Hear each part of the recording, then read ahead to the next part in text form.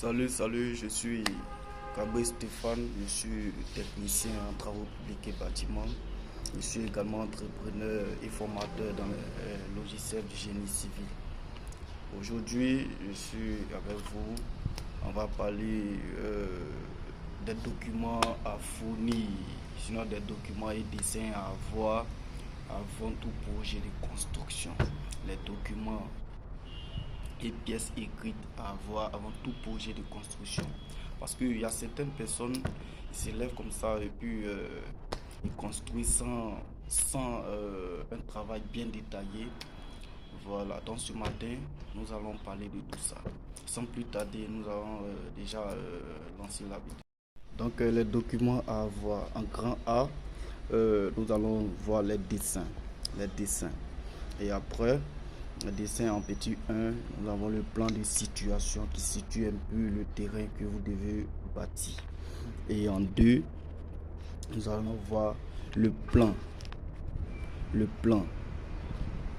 masse. Le plan de masse qui vous donne un peu une représentation plus précise s'il y a un mur mitoyen et tout ça. Et en 3, nous allons voir les plans d'ensemble. Les plans d'ensemble. Et dans les plans d'ensemble, nous allons traiter en tiret les plans de niveau. Dans le plan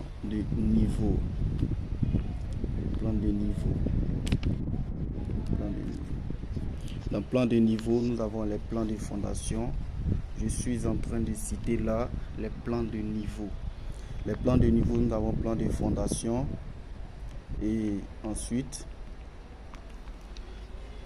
plan de rez-de-chaussée et mettre directement RDC, rez-de-chaussée, etc.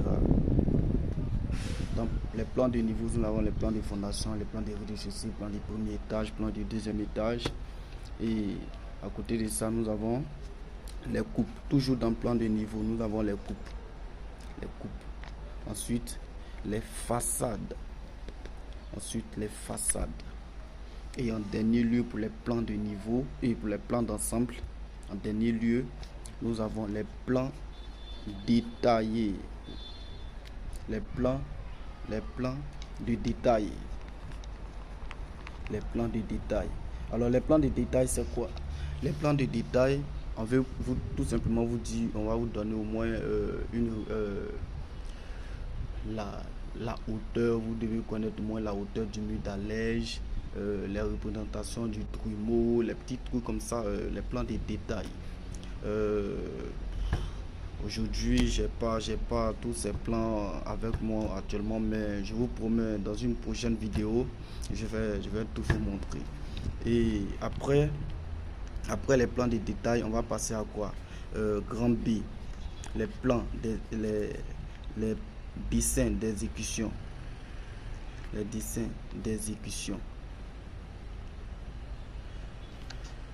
d'exécution, nous avons d'abord en premier lieu les plans de coffrage.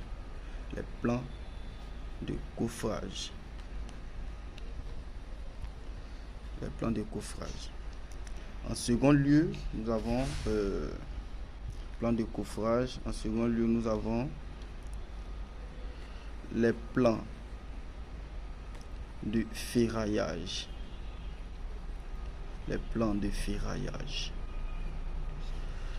En troisième lieu, s'il y a une charpente, les plans de charpente. Tout ça, c'est des dessins d'exécution. Charpente. Les plans de charpente. Et en troisième lieu, nous avons l'électricité. Sinon, plan d'électricité. L'électricité, plomberie, tout ça. Voilà. Donc ça, c'est les dessins d'exécution. Et en grand C, nous allons traiter maintenant les pièces écrites. Ça, c'était les dessins.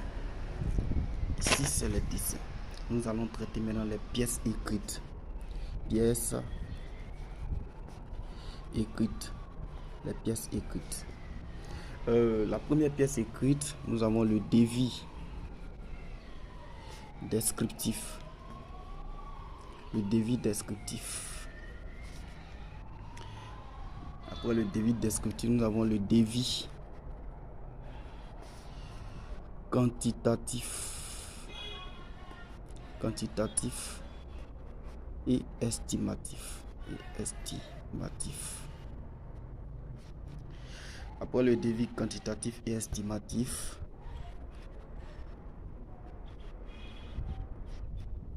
le devis descriptif, le devis quantitatif et estimatif. Après ça, le calendrier. On doit avoir le calendrier d'exécution. Calendrier d'exécution des travaux. Calendrier d'exécution des travaux. Alors, voilà un peu tous les documents nécessaires pour la construction de vos bâtiments. Voilà un peu.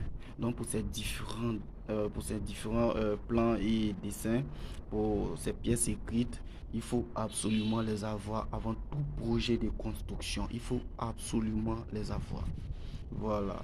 Donc, si vous avez aimé la vidéo, n'oubliez pas de me laisser un petit pouce bleu et puis de me le faire savoir dans les commentaires. Merci et à la prochaine.